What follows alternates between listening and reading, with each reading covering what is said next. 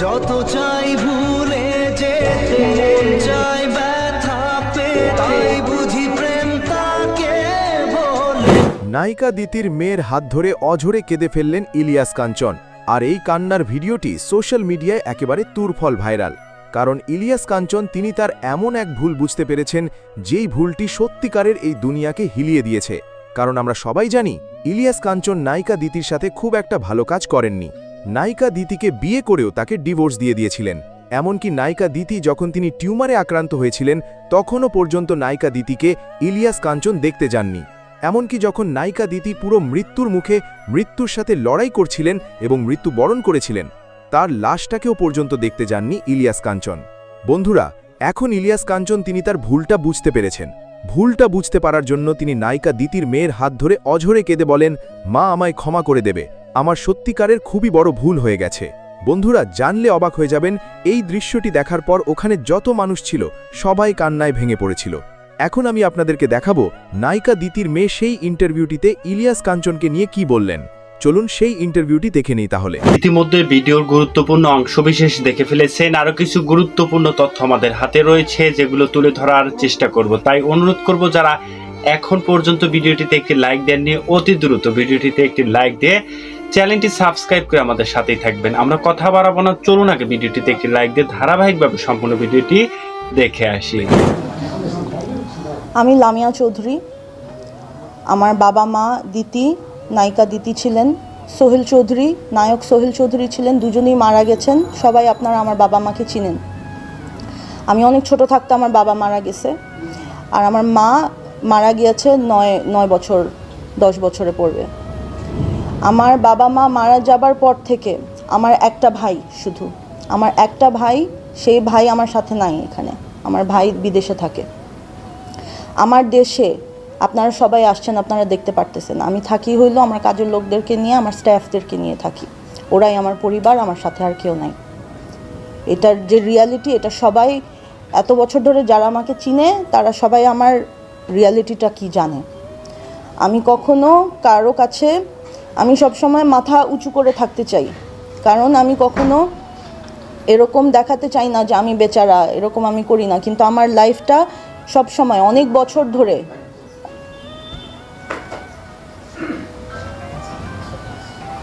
আমি কি আবার শুরু করব?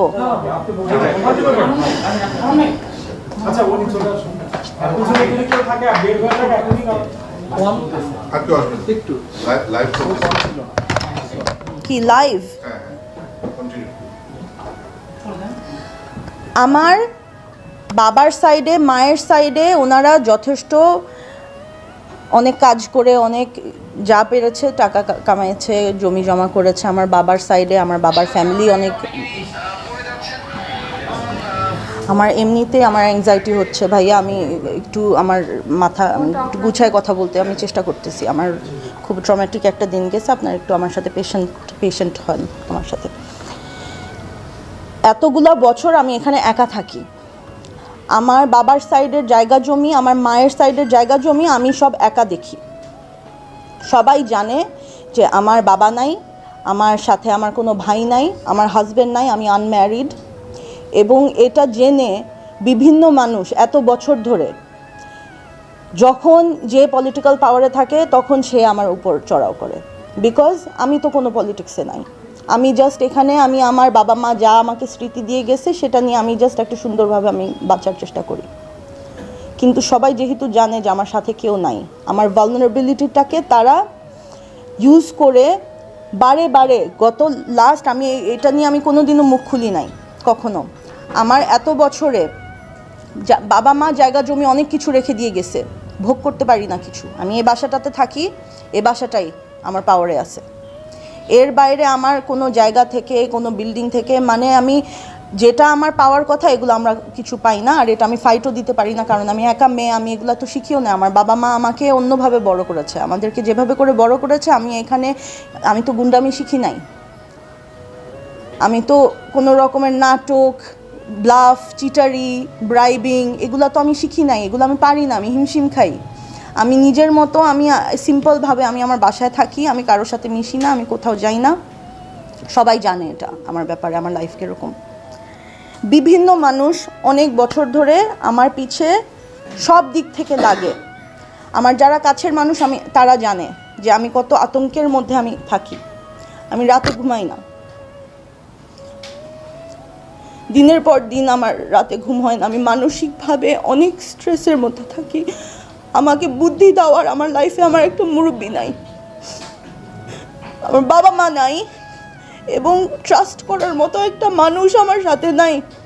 নিজের বুদ্ধিতে আমি যা পারি করি। নিজের বুদ্ধিতে এত বছর পর্যন্ত আমি আমার কোনোভাবে যা পারি আমি ধরে রেখেছি।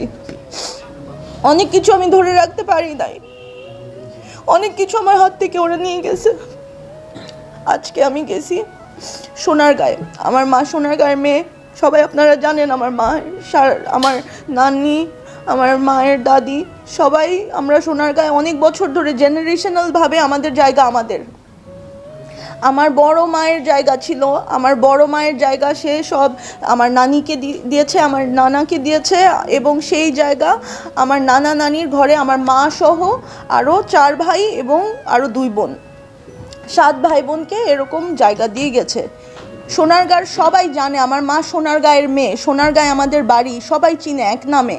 সোনারগাঁয়ে কেউ গেলে যদি জিজ্ঞেস করেন দিতির বাড়ি, সবাই চিনে দিতির বাড়ি। আমাদের বাড়িতে আজকে অন্য মানুষরা কারা গিয়ে আমাকে মেরে আমার পা ভেঙে ফেলছে, আমার গাড়ি ভেঙে ফেলছে, আমাদের গায়ে বড় বড় ইট। আমি গুছায় বলি, আমি আজকে শনিবার আমি বাসায় গেছি। যেহেতু আমার বাসায় এখানে আমার সাথে আমার পরিবারের কেউ নাই, আমি সপ্তাহে একটা দিন আমি আমার পরিবারের সাথে স্পেন্ড করতে চাই। আমি আমার গ্রামে যাই।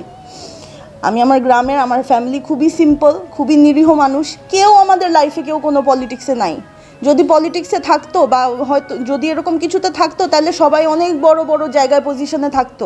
আমার ফ্যামিলি গিয়ে দেখেন খুবই বাজে অবস্থায় থাকে, খুবই সিম্পল লাইফ ওদের বাবা মারা, আমার মাও কিছু ওদেরকে এমন কিছু করে দেয় নাই। ওরা জাস্ট ওদের ফ্যামিলি, ওরা যেটা পৈতৃক সম্পত্তি পেয়েছে সেটাতেই ওরা একদম সিম্পল নর্মাল লাইফ লিড করে।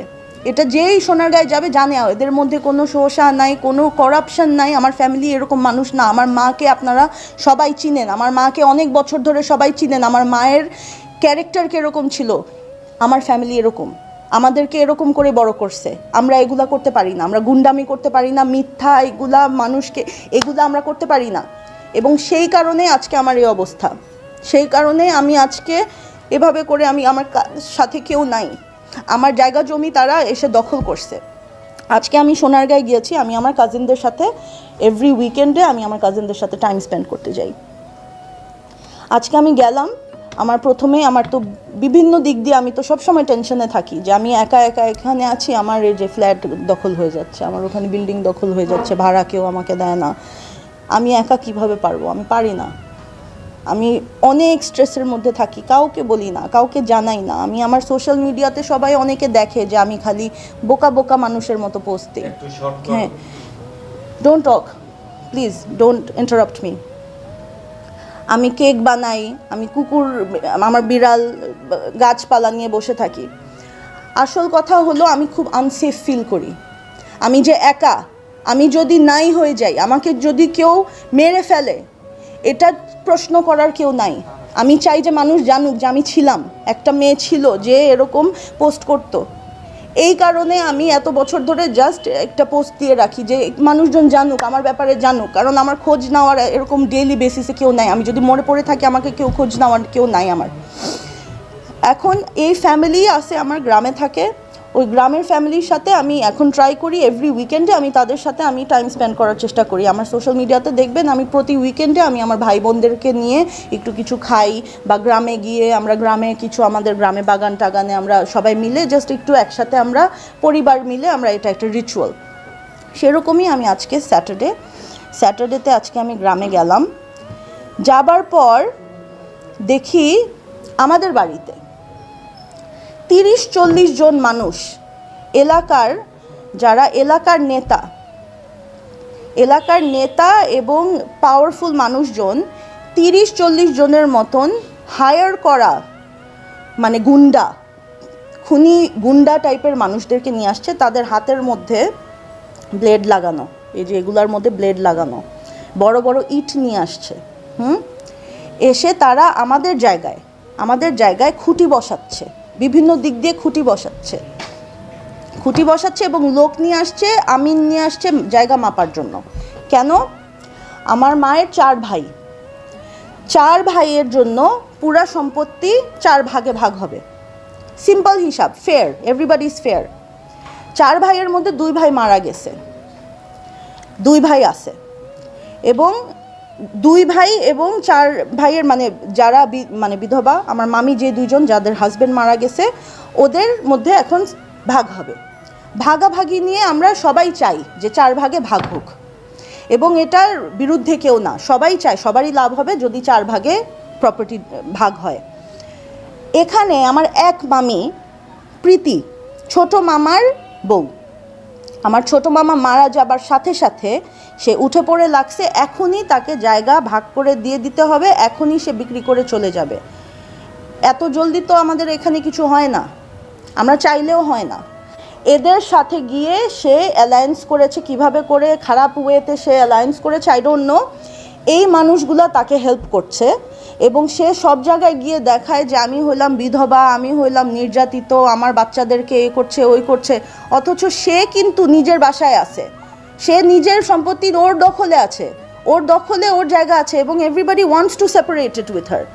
তার সাথে আমাদের কারো কোনো সমস্যা নাই, অথচ সে আমার মরা মাকে নিয়ে যেসব ধরনের নিউজ এত বছর ধরে করে আসছে, আপনারা কতজন আজকে চলে আসছেন, আমি কি পারতাম না এত বছরে কতবার আমি তার বিরুদ্ধে কি আমি খারাপ নিউজ করতে পারতাম না? আমরা করি নাই, বিকজ আমরা এরকম না, আমরা এরকম ছোট লোক না। ও বিভিন্ন রকমের আমার মাকে, আমার ফ্যামিলিকে, আমাকে, আমাদের সবাইকে বিভিন্নভাবে, মানে এটা হলো জাস্ট জোর জবরদস্তি, ব্ল্যাকমেল করে কোনোভাবে যাতে সে তাকে, তার পোর্শনও না, সে আরও চায়, সে আমাদের সবার পোর্শন চায়, বিকজ ও বুঝে গেছে যে আমার মামারা, আমার মা ছাড়া, আমার মা মারা যাবার পর আমার মাই ছিল গার্জিয়ান ফ্যামিলির। মা গার্জিয়ান চলে যাবার পর আমাদের ফ্যামিলির কোনো গার্জিয়ান নাই। মামারা, খালারা এরা সব সিম্পল মানুষ, এরা কিছু মানে কোনো কিছুর মধ্যে নাই। এই মহিলা তো বিভিন্ন জায়গা থেকে গুন্ডাদেরকে ফ্রেন্ড বানিয়েছে, পলিটিক্যাল লিডারদেরকে তার ফ্রেন্ড বানিয়েছে, এবং সেই পাওয়ারে সে আমাদের ফুল ফ্যামিলিকে বুলি করতেছে এত বছর ধরে। এবং আজকে আমি ওখানে যাবার পর তারা আমাকে এরকম 30-40 জন গুন্ডা নিয়ে বসছে আমাদের জায়গার মধ্যে, আমাদেরকে বলতেছে বাইরে আসতে, কথা বলবে। আমার মাথা ব্যথা এমনিতে, আমি অ্যাংজাইটি নিয়ে, আমি সকাল থেকে এমনিতে আমার শরীর খারাপ, আমি ঘরের থেকে বলতেছি যে আমরা মেয়েরা, আমরা শুধু মেয়েরা, আমাদের মধ্যে ছেলে এরকম বড় পাওয়ারফুল আমাদের মধ্যে কেউ নাই। আমার মামিরা আর আমার কাজিনরা আর আমি হইলাম স্পোক্স পারসন এখানে। এখন আমি কিভাবে, আমার তো কোনো দিন এরকম ফেস করি নাই, গুন্ডাদের সাথে আমি গিয়ে কিভাবে এরকম 30-40 জন মানুষ এরকম আমাদেরকে ডাক দিতেছে কথা বলার জন্য। আমি তখন বলছি যে মুরব্বি যারা আপনারা আছেন, মামা করে বলছি, হ্যাঁ, যে মুরব্বি আপনারা যারা আছেন আপনারা ঘরে আসেন, আমরা তো মেয়েরা, আমরা মেয়েরা এরকম বাইরে এরকম ভিড়ের মধ্যে ওখানে আমরা কথা বলতে পারবো না, আপনারা প্লিজ ঘরে আসেন, আমরা বসে শান্তভাবে আমরা ডিসকাস করি, মুরব্বি কয়েকজন যারা পারেন আপনারা আসেন। তারা আসবে না, আমাদের যেতে হবে।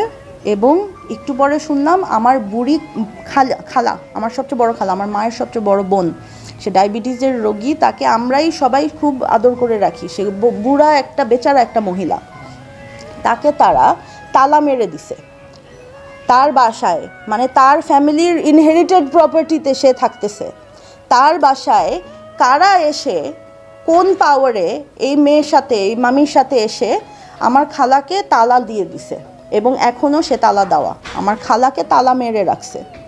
এর জন্য আমি এভাবে আপনাদের সাথে কথা বলতেছি, আমার খালাকে আটকায় রাখছে, বুড়ি মহিলাকে তারা তালা মেরে আটকায় রাখছে। তারপর তারা বিভিন্ন জায়গায় খুঁটি দেওয়া শুরু করলো। খুঁটি যখন দিচ্ছে, আমিন এমনি খুঁটি দিচ্ছে, আর শুনলাম যে তালা দিয়ে দিছে। এখন তো আমরা বের হয়েছি, আমরা মেয়েরা বের হয়েছি, আমরা বের হওয়ার পর আমি বের হয়ে গিয়ে যে কথা বলবো, কথা বলার আগে আমার উপর অ্যাটাক হয়। 30-40 জন ছেলে, তাদের সব মানে গুন্ডা, নর্মাল মানুষ না, এরা হলো দখল করে, ওরা এই প্ল্যানিং নিয়ে তারা আসছে। আমার এই সময় আমার এত ভয় পেয়ে গেছি যে আমি কখনো এগুলো আমি কখনো এত বছর ধরে আমি একা সাফার করছি, আমি এগুলো কখনো সোশ্যাল মিডিয়াতে আমি এগুলো দেই নাই। বাট এখন আমি দেখতেছি যে আমার কেউ নাই, আমি জাস্ট কেউ নাই, আমাদের পাশে একটা মানুষ নাই। যেন তেন মানুষ এসে আমাদের পৈতৃক, আমাদের জেনারেশনাল, আমাদের নানাদের, আমাদের নানিদের, আমাদের বড় মাদের এইসব জায়গা আমার কেমন লাগে। আমি ছোট থেকে আমি সোনারগাঁ দেখে আসছি, এখানে কারা গুন্ডারা এসে আমাদের জায়গায় এসে আমাদের জায়গায় খুঁটি দিচ্ছে, আমাদেরকে মারতেছে, আমাদের মেয়েদেরকে মারতেছে, আমার মামিদেরকে মারতেছে, আমার মামির চুল ধরে এভাবে ইয়ে করতেছে, আমার খালার হিজাব টেনে খুলে ফেলতেছে। এরকম ধরনের ভয়ঙ্কর পরিস্থিতি, ছেলেরা এরকম ছেলে মানুষরা এসে এরকম এই ধরনের এগুলা করতেছে। তখন জাস্ট আমি কোনোভাবে আমি আমার যান নিয়ে গাড়িতে উঠছি, আর আমি আপনাদেরকে এই বললাম এই হচ্ছে। আর রাইট নাও আমার খালাকে ওরা আটকায় রাখছে, আমার খালাকে আমি বের করব কিভাবে আমি জানি না, আমার খালাকে ওরা আটকায় রাখছে এবং সে একটা অসুস্থ রুগী, এবং বাকি যারা সবাই আছে তাদেরকে এরকম সবাইকে ধরে নিয়ে যাবে হুমকি দিছে, সবাই বিভিন্ন জায়গায় ছিটে গেছে। আমি জানি না আমার ফ্যামিলি কোথায়, আমার খালা কোথায়, আমার মামি কোথায়, আমার ছোট বোনরা কোথায়, আমি কিচ্ছু জানি না। ওদেরকে আমি কন্ট্যাক্ট করতে পারতাম, ওর কোথায় আছে আমি জানি না, সেফ আছে নাকি। আমি জাস্ট আসছি, আমার কারো বলার কেউ নাই, আমি কোনো দিকে আমার কোনো মুরব্বি নাই, কেউ নাই। আমি কি করব, কই যাব, আমার জায়গা জমি এভাবে করে ওরা নিয়ে যাচ্ছে এবং আমাদের উপর এভাবে করে হামলা।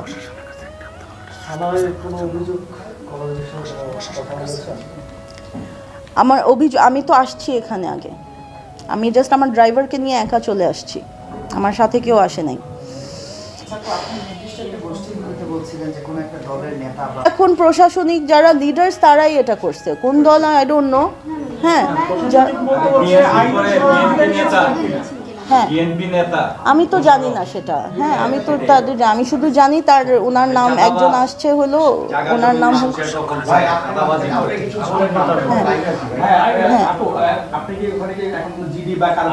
আমি এখনো করি নাই, এখনো করি নাই, এখনো করি নাই, করব, এখনো করি নাই, করব। অভিযোগ করলে কার নামে করবেন, যেহেতু আপনার মামির নামে একজন? ডেফিনেটলি মামির নামে। সে আমাদের উপর ডিরেক্ট ভায়োলেন্ট অ্যাটাক করেছে, ভায়োলেন্ট অ্যাটাক করে। হ্যাঁ প্রীতি, ও ভিডিওতে আছে, ও বড় বড় ইট, একটা মেয়ে এরকম কেমনে হয় আই ডোন্ট নো, কিভাবে করে এরকম শয়তান একটা মেয়ের কথা শুনে এতগুলো লোকও আসতেছে, এই যে সব জায়গায় গিয়ে অভিনয় করে। হ্যাঁ যে আমি হলাম বিধবা, আমার বাচ্চা, ওর বাচ্চাকে আমাদের কাছে ভিডিও আছে, ওর বাচ্চাটাকে, প্রতিবন্ধী বাচ্চাটাকে ও কাপড় চোপড় ছাড়া বেঁধে ঘরের মধ্যে একলা রেখে চলে যায় সারাদিন, আর আমরাও তা যাইতে পারি না, কারণ আমাদেরকে যেভাবে খারাপও ইয়ে করে রাখছে। আমরা ওর কাছে যে বাচ্চাটাকে, আমি কতবার, আমার তো ভাই, আমার ভাই, আমাদের ফ্যামিলির মধ্যে কিন্তু অনেক মিল। আমি আমার ভাইয়ের জন্য যদি কখনো চকলেট, মিষ্টি, কেক আমি নিজের বানানো যদি পাঠাই, রাস্তায় ফেলে দেয়, বলে যে কুকুরও খাবে না, বিষ মিলায় পাঠাইছে আমার বাচ্চাকে মারার জন্য। সে এরকম, আচ্ছা এক সেকেন্ড, এই যে এইটা হলো এই লোক, এবং পিছে দাঁড়ানো যে এটাই হলো আমার মামি, ঠিক আছে? ওনাদের খুবই খারাপ, আমার গায়ের উপর উঠে এসে আমাকে অ্যাটাক করছে পাশের লোকেরা। আজকের জি আজকের, হ্যাঁ পিছনে দাঁড়ানো, ওনার পিছে দাঁড়ানো, এটাই মামি, এরাই হলো মেয়ে। সে ওকে তো আমরা এরকম কোনোদিন ওর জায়গা থেকে সরাই নাই, ওর জায়গায় এতদিন নিজের মতো থেকেছে, ওর বাসায় থেকেছে, ও আমাদের সবাইকে বের করে দিচ্ছে, আমাদের জায়গা এখন তাদের হাতে, এটা আমাদের জায়গা, আমাদেরকে কে দিবে, কে ফেরত দিবে? আমার মায়ের বাড়ি, আমার নানি। আশা করছি সম্পূর্ণ ভিডিওটি দেখেছেন এবং বুঝতে পেরেছেন যে আজকের এই ভিডিওটি কতটা গুরুত্বপূর্ণ ছিল এবং কোন দিকে ইঙ্গিত করছে। হ্যাঁ দর্শক, ভিডিওটি ভালো লাগলে অবশ্যই ভিডিওটিতে একটি লাইক করে দিবেন এবং চ্যানেলে যারা নতুন দর্শক আছেন অবশ্যই চ্যানেলটি সাবস্ক্রাইব করবেন পরবর্তী সকল আপডেট পেতে। সকলে ভালো থাকুন, সুস্থ থাকুন এবং আমাদের চ্যানেলটির সাথেই থাকুন। আল্লাহ হাফেজ।